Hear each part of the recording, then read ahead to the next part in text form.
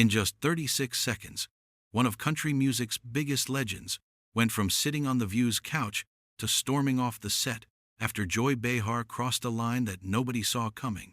What started as a conversation about music and life quickly turned into a screaming match that had the entire studio gasping, cameras shaking, and security wondering if they needed to step in. This wasn't just another celebrity interview gone wrong. This was a full-blown meltdown that exposed exactly how Hollywood's elite really treat people when the cameras are rolling. Before we get into this absolute train wreck, make sure you hit that subscribe button right now. We post daily videos exposing Hollywood's darkest scandals. And trust me, you don't want to miss what we've got coming next week. Now, let's get into what happened last night on The View. Garth Brooks walked onto The View set last night wearing his signature black cowboy hat and a smile that suggested he was ready for a fun conversation. The audience clapped as he made his way to the couch, waving to fans and shaking hands with the hosts. Joy Behar sat at the table with her co-hosts, and everything seemed normal at first. The lights were bright, the audience was excited, and Garth settled into his seat, looking relaxed and happy to be there. Joy started things off with what seemed like a friendly question. "Garth, it's so great to have you here. You've been in the music business for what, like 100 years now?" The audience laughed a little, and Garth chuckled good-naturedly. "Well, not quite 100, Joy, but it sure feels like it sometimes. I started back in the late 80s, so we're looking at about 35, 36 years now." "That's a long time," Joy said, leaning back in her chair. "You've seen a lot of changes in country music. What do you think about where it's headed now?" Garth's face lit up the way it always does when he talks about music. "Oh man, I love where it's going. You've got these young artists coming up who are blending country with pop, with rock, with hip-hop even. It's exciting. Music should evolve, you know? It should grow and change with the times." One of the other hosts jumped in with a question about Garth's recent tour, and he spent a few minutes talking about how incredible it's been to see fans from different generations singing along to his songs. He talked about bringing his family on the road and how his wife Trisha supports everything he does. Everything was going smoothly. The conversation flowed naturally, and Garth seemed completely at ease. Then Joy decided to shift gears. "So, Garth," she said, her tone changing slightly, becoming more pointed, "you've been pretty quiet about politics over the years. A lot of country stars are very vocal about their beliefs, but you've kind of stayed in your lane. Why is that?" Garth's smile didn't fade, but there was a slight pause before he answered. "Well, Joy, I've always believed that music should bring people together, not divide them.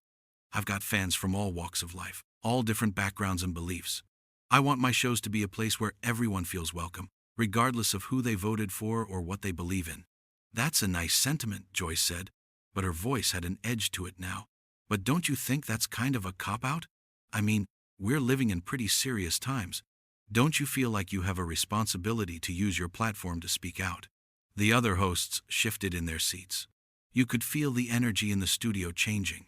Garth kept his composure, but his jaw tightened just a little bit. "I don't think it's a cop-out at all," Garth said calmly. "I think it's the opposite, actually. It takes more effort to keep people united than it does to pick a side and preach to the choir. I'm not saying people shouldn't speak their minds, but for me personally, I want my music to be about the human experience, not about politics." Joy leaned forward, her elbows on the table. "But Garth, the human experience is political.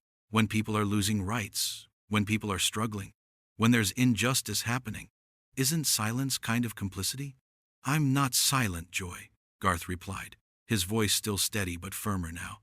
"I just choose to express myself differently. I do charity work, I support causes I believe in. I try to be a good person and treat everyone with respect. That matters too." "Sure, charity is great," Joy said dismissively, waving her hand. "But we're talking about real issues here. We're talking about the direction of this country. And a lot of your fans, let's be honest, they're probably not on the right side of history on a lot of these issues." The audience got quiet. One of the other hosts tried to step in. "Joy, maybe we should..." But Joy wasn't done. "I'm just saying, Garth, you have this massive platform. Millions of people listen to you, and you're choosing to just sing songs and sell records while the world is falling apart. Doesn't that bother you?" Garth's expression changed. The easy smile was gone now. He sat up straighter, and his voice took on a different tone. Joy, with all due respect, you don't know what I do or don't do. You don't know the conversations I have, the people I help, the causes I support behind the scenes. Just because I don't get on Twitter every day and yell about politics doesn't mean I don't care. But that's the problem, Joy shot back. Behind the scenes isn't enough anymore. People need to see their heroes standing up for what's right. And who decides what's right, Joy? You? Garth's voice was rising now. You sit here on this show every day and tell people what to think, how to feel, who to support. But life isn't that simple. People are complicated. Issues are complicated. Joy laughed, but it wasn't a friendly laugh. It was the kind of laugh that makes things worse. Oh please, Garth, some things aren't complicated. Right and wrong aren't complicated. And if you can't see that, then maybe you're part of the problem. Part of the problem? Garth repeated, his eyes narrowing. Let me tell you something, Joy. I've spent my entire career trying to bring people together. I've played shows in red states and blue states, for rich people and poor people, for folks of every race and religion you can imagine. And you know what I've learned? Most people are good. Most people want the same things, they just disagree on how to get there. But people like you make money off of division. You make a living telling people that anyone who disagrees with you is evil or stupid or part of the problem. The studio was dead silent now. Even the crew members who had been moving around in the background had stopped to watch. Joy's face was getting red, and her co-hosts looked like they wanted to be anywhere else. Excuse me? Joy said, her voice sharp. I make money off division? That's rich coming from someone who won't even take a stand on basic human rights. Don't you dare question my character, Garth said, pointing his finger at her. You don't know me. You invited me on this show to talk about music and my tour, and instead you're trying to ambush me with political gotcha questions so you can make yourself look good to your audience. Joy stood up from her seat, and her voice got louder. This isn't an ambush, Garth. These are legitimate questions. And if you can't handle being asked about real issues, then maybe you shouldn't be doing interviews. Oh, I can handle questions just fine, Garth said, standing up now too. What I can't handle is being disrespected in front of millions of people by someone who thinks she's morally superior to everyone else. One of the co-hosts tried again to calm things down.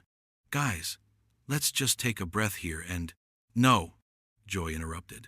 I want to hear what Garth has to say. Please, enlighten us. Tell us why you think it's okay to stay neutral when people are suffering. Garth took off his cowboy hat and held it in his hands, shaking his head. I never said I was neutral, Joy. You're twisting my words. I said I don't use my music as a political weapon. There's a difference. But clearly you're not interested in having an actual conversation. You just want to lecture me and make me look bad. Nobody's making you look bad but yourself, Joy snapped. You came on this show, and you're showing everyone exactly who you are. Someone who cares more about selling tickets than standing up for what's right. That was the moment everything exploded. Garth's face turned red, and his voice boomed across the studio. You know what, Joy? You're full of shit. The audience gasped. One of the co-hosts put her hand over her mouth. The cameras kept rolling because nobody knew what else to do. Excuse me? Joy said, her voice reaching a pitch that could probably shatter glass. Did you just curse at me on my own show? Your show? Garth laughed bitterly. This isn't your show, Joy. This is ABC's show. You just happened to sit in that chair. And yeah, I cursed, because I'm sick of people like you acting like you have all the answers and everyone else is an idiot. Joy stepped around the table, moving closer to where Garth was standing. People like me? What's that supposed to mean? It means people who live in their bubble and think everyone else is wrong, Garth said, not backing down an inch. People who've never been to a small town in Oklahoma or Texas or Alabama, who've never sat down and had a real conversation with folks who think differently than they do, but who feel perfectly comfortable judging them and calling them names. I don't need to visit every small town in America to know right from wrong, Joy fired back. And I certainly don't need a lecture from someone who made his fortune singing about trucks and beer. Garth's mouth dropped open. Wow, so that's what you really think? You think country music is just trucks and beer? You think the millions of people who connect with those songs are just simple-minded hicks? I didn't say that, Joy protested. but her voice suggested she kind of did mean that. You didn't have to say it, Garth replied. It's written all over your face. You look down on country music fans. You look down on people who don't live in New York or Los Angeles. You think you're better than them. Joy's co-hosts were trying to signal to producers off camera. This had gone way too far, and nobody knew how to stop it. But it was like watching a car crash in slow motion. You couldn't look away. I absolutely do not think I'm better than anyone, Joy said. But her tone suggested otherwise. What I think is that people should use their brains and their hearts and stand up for what's right. And if you can't do that, Garth, then maybe you should just stick to singing and leave the important conversations to people who actually care. People who actually care? Garth repeated slowly, his voice getting quiet in that dangerous way. That means someone is about to lose it completely. Joy, I've raised millions of dollars for charity. I've built homes for people who lost everything in natural disasters. I've visited sick kids in hospitals. I've done benefit concerts for first responders and military families. What have you done besides sit at this table and yell at people? Joy's face went from red to purple. How dare you? I've been an advocate for important causes for decades. I've used my platform to fight for justice. You've used your platform to bully people who disagree with you. Garth shouted back. There's a difference between advocacy and bullying, Joy. And right now, you're showing everyone exactly what a bully looks like. Get off my set, Joy screamed. If you're going to stand there and insult me, then you can get the hell off my set right now. Gladly, Garth shouted back. I should have known better than to come on this show in the first place. Everyone warned me this would happen, but I thought maybe, just maybe, we could have a real conversation. But you're not interested in conversation. You just want to attack people and feel superior. Then leave, Joy yelled, pointing toward the exit. Nobody's stopping you. You don't have to tell me twice, Garth said, putting his cowboy hat back on his head. He looked at the audience, many of whom were sitting there with their mouths hanging open in shock.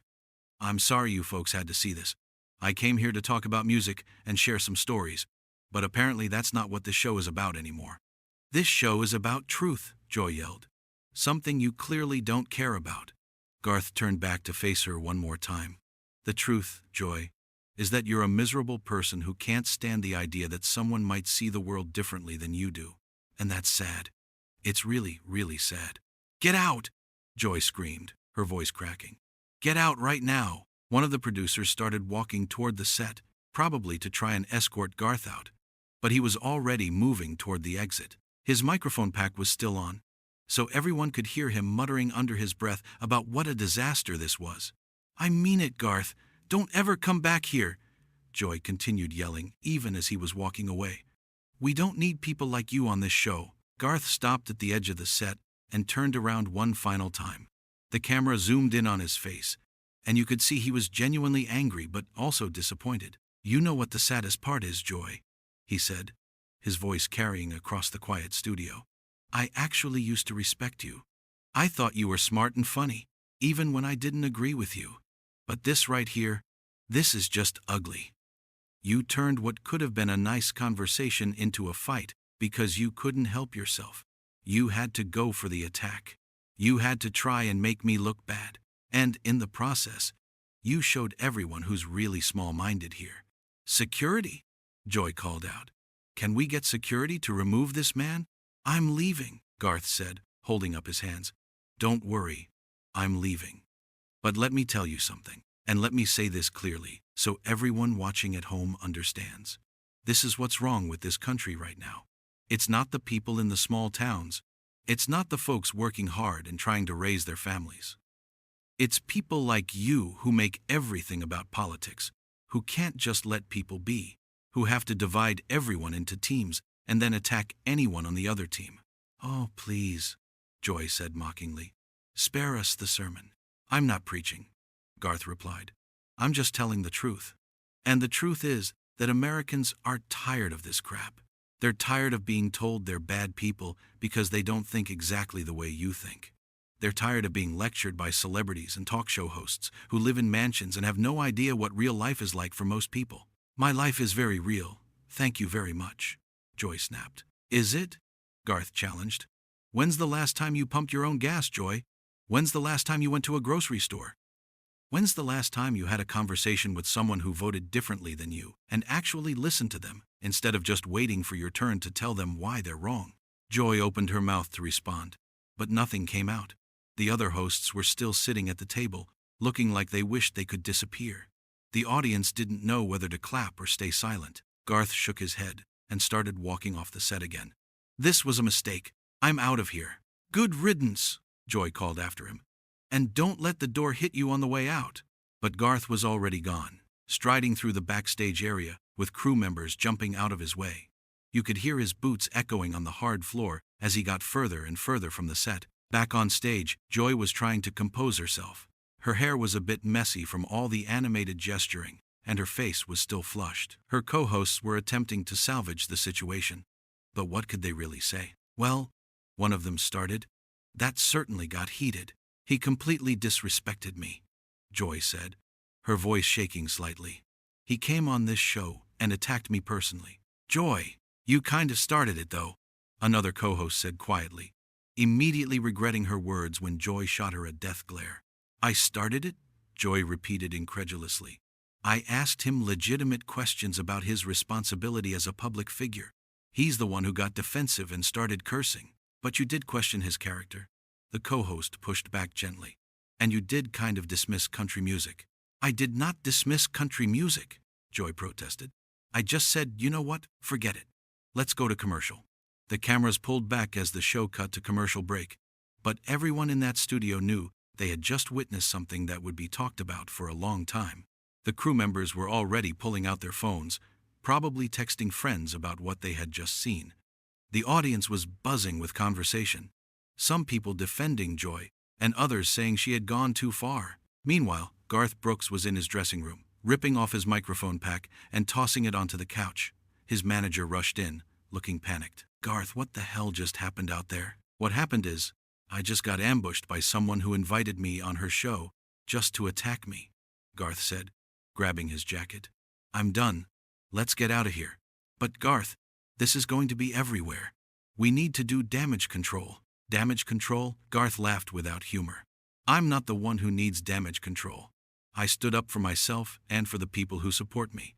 If that's controversial, then so be it. But I'm not apologizing for refusing to be disrespected. His manager started to say something else, but Garth was already heading for the door. He walked down the hallway, past production offices and dressing rooms, past crew members who tried to catch his eye, but he just kept moving forward. He could hear his heart pounding in his ears, adrenaline still coursing through his body from the confrontation. When he reached the exit door that led to the parking garage, he pushed it open hard, letting it slam against the wall. The sound echoed in the concrete space as he walked toward where his car was waiting. His driver saw him coming and quickly opened the door. Everything okay, Mr. Brooks? Just get me out of here, Garth said, sliding into the back seat. As the car pulled away from the studio, Garth looked back at the building one time. He thought about how excited he had been that morning to go on The View, how he had picked out this specific shirt and hat, how he had prepared some funny stories to share with the audience.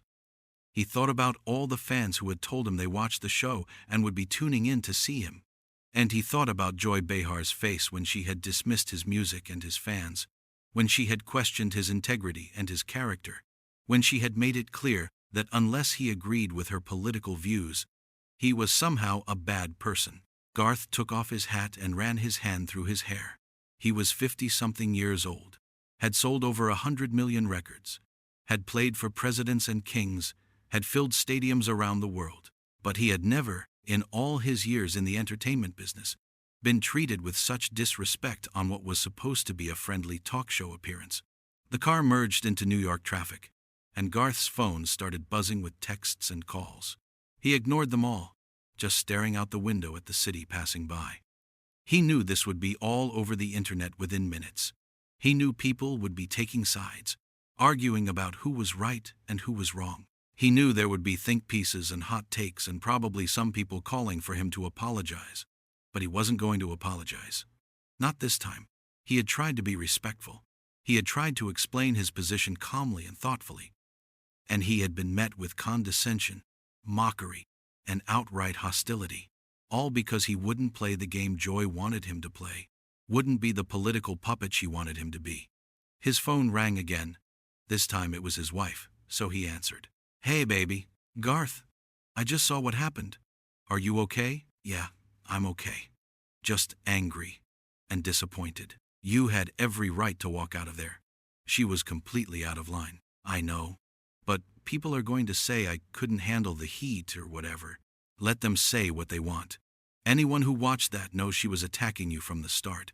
You gave her chance after chance to have a real conversation, and she just kept pushing." Garth smiled for the first time since leaving the studio. "Thanks, babe. I needed to hear that. Come home. Forget about all this. We'll figure out the rest later. I'm on my way." He hung up and put his phone on silent. As the car headed toward the airport, Garth closed his eyes and took a deep breath. He thought about his fans, the real people who came to his shows and sang along to every word. The single moms working 2 jobs, the farmers struggling to make ends meet, the teachers and nurses and mechanics and soldiers. Those were the people who mattered to him, not talk show hosts in New York City who thought they knew everything about everything. By the time the car pulled up to the private terminal, Garth had made peace with what had happened. He wouldn't lose sleep over Joy Behar's opinion of him. He wouldn't worry about whether the View audience thought he was right or wrong. He had stood up for himself and for what he believed in, and that was enough. He grabbed his bag and stepped out of the car. The driver wished him a safe flight, and Garth thanked him before heading into the terminal. His pilot was already there, ready to take him home to Oklahoma, away from the chaos of New York and back to the place where things made sense. As the plane took off and the city got smaller beneath him, Garth finally felt his body relax. He was done with the View, done with Joy Behar, done with trying to please people who were determined to be offended no matter what he said. He was going home, where people understood that you could disagree with someone and still treat them with respect, where music was about bringing people together instead of tearing them apart, where a handshake meant something and your word was your bond. The plane climbed higher into the sky, leaving New York and all its drama far behind. Garth looked out the window at the clouds and thought about the next show on his tour, about the thousands of people who would be there singing and dancing and just having a good time. That's what mattered. Not talk shows or political debates or trying to score points on television. Music, family, respect. Those were the things that mattered. And no amount of confrontation or controversy was going to change that. The plane leveled off at cruising altitude, and Garth finally pulled out his phone to see what the damage was. His social media was blowing up, as expected. Some people were defending him, some were attacking him, some were attacking Joy, some were defending Joy. It was the usual chaos that happened whenever anything controversial went down. But as he scrolled through the messages, he noticed something interesting. Most of the messages from regular people, from his actual fans, were supportive. They were thanking him for standing his ground. They were saying they were proud of him for not backing down. They were expressing their own frustration with being told they were bad people for not following a certain political line. These messages made everything worth it. Because at the end of the day, Garth didn't make music for Joy Behar or for the View's audience or for people who looked down on country music. He made music for the folks who actually showed up, who actually cared, who actually understood what he was trying to say. And those people had his back. Garth put his phone away and closed his eyes. Tomorrow would bring more controversy, more hot takes, more people arguing about what happened on The View. But tonight, he was just a guy flying home after standing up for himself.